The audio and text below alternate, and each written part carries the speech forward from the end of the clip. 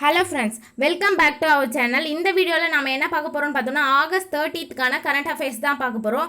வாங்க வீடியோக்குள்ளே போகலாம். ஃபர்ஸ்ட் ஒன் பார்த்தோம்னா தமிழகத்துக்கு முதலீடுகளை ஈர்க்கவும் அயலக தமிழர்களை சந்திக்கவும் முதல்வர் மு.க. ஸ்டாலின் எந்தெந்த நாடுகளுக்கு பயணம் மேற்கொள்கிறார் அப்படின்னு பார்த்தோம்னா ஜெர்மனி, இங்கிலாந்து ஆகிய நாடுகளுக்கு தான் முதலீடுகளை ஈர்க்கவும் அயலக தமிழர்களை சந்திக்கவும் முதல்வர் மு.க. ஸ்டாலின் பயணம் மேற்கொள்கிறார். அடுத்து பார்த்தோம்னா எந்த பல்கலைக்கழகத்தில் தந்தை பெரியாரின் படத்தை முதல்வர் மு.க. ஸ்டாலின் திறந்து வைத்தார் அப்படின்னு பார்த்தோம்னா ஆக்ஸ்போர்டு பல்கலைக்கழகத்தில் தான் பெரியாரினுடைய படத்தை திறந்து வைத்தாங்க. ஆக்ஸ்போர்டு பல்கலைக்கழகம் தான் உலகின் மிகப்பெரிய அறிஞர்களை தந்த அறிவுசார் நிறுவனம் அப்படின்ட்டு சொல்கிறோம். அடுத்து பார்த்தோம்னா எந்த நாட்டின் தொழில்நுட்பமும் இந்தியாவினுடைய திறமையும் இணைந்தால் 21ஆம் நூற்றாண்டில் புதிய தொழில்நுட்ப புரட்சியை ஏற்படுத்தி நாம் சாதனை படைக்க முடியும் என்று பிரதமர் மோடி கூறினார் அப்படின்னு பார்த்தோம்னா ஜப்பான் நாட்டோட தொழில்நுட்பம் இணைந்தாதான் அப்படின்ட்டு சொல்லியிருக்காங்க. 15வது இந்திய ஜப்பான் வருடாந்திர மாநாடு எங்கு நடைபெற்றது அப்படின்னு பார்த்தோம்னா டோக்கியோவில் நடைபெற்றது. 16வது இந்தியாவில் நடைபெறும் அப்படின்ட்டு சொல்லியிருக்காங்க.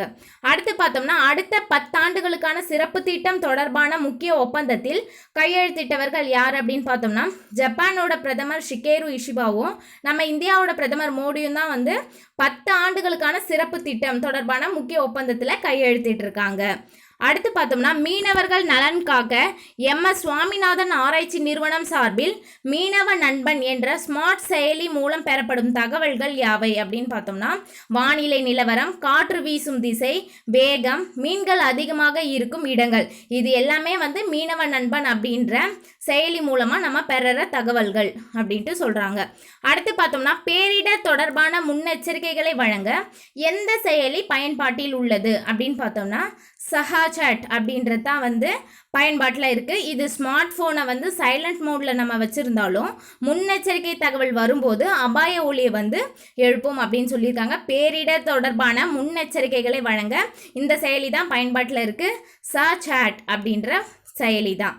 அடுத்து பார்த்தோம்னா கடலுக்கடியில் 270 கிலோமீட்டர் ஆழத்தில் கேபிளை பதித்து நிலநடுக்கம், சுனாமி போன்ற முன்னெச்சரிக்கை தகவல்களை எந்த பகுதியில் பெற முடிகிறது அப்படின்னு பார்த்தோம்னா அந்தமான் பகுதியில் தான் கடலுக்கடியில் 270 கிலோமீட்டர் ஆழத்தில் கேபிளை பதித்து நிலநடுக்கம், சுனாமி போன்ற முன்னெச்சரிக்கை தகவல்களை பெற முடிகிறது.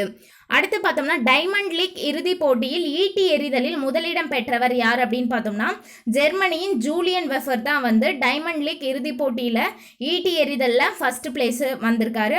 செகண்ட் பார்த்தோம்னா ஒலிம்பிக்கில் இருமுறை தங்கம் வென்ற இந்தியாவினுடைய நீரஜ் சோப்ரா செகண்ட் பிளேஸ் வந்திருக்காங்க. டைமண்ட் லீக் போட்டியில் நீரஜ் சோப்ரா 2வது இடம் பிடிப்பது இது 3வது முறையாகும் அப்படின்றாங்க. சுவிட்சர்லாந்தின் சூரிச் நகர் டைமண்ட் லீக் இறுதிப் போட்டி நடைபெற்றது எங்க அப்படின்னு பார்த்தோம்னா சுவிட்சர்லாந்தினுடைய சூரிச் நகரில் தான் டைமண்ட் லீக் இறுதிப் போட்டி நடைபெற்றது. ஓகே ஃப்ரெண்ட்ஸ், இந்த வீடியோ உங்களுக்கு பிடிச்சிருந்தா லைக் பண்ணுங்கள், உங்கள் ஃப்ரெண்ட்ஸ்க்கும் ஷேர் பண்ணுங்கள், மறக்காமல் சப்ஸ்கிரைப் பண்ணுங்கள். தேங்க்ஸ் ஃபார் வாட்சிங்.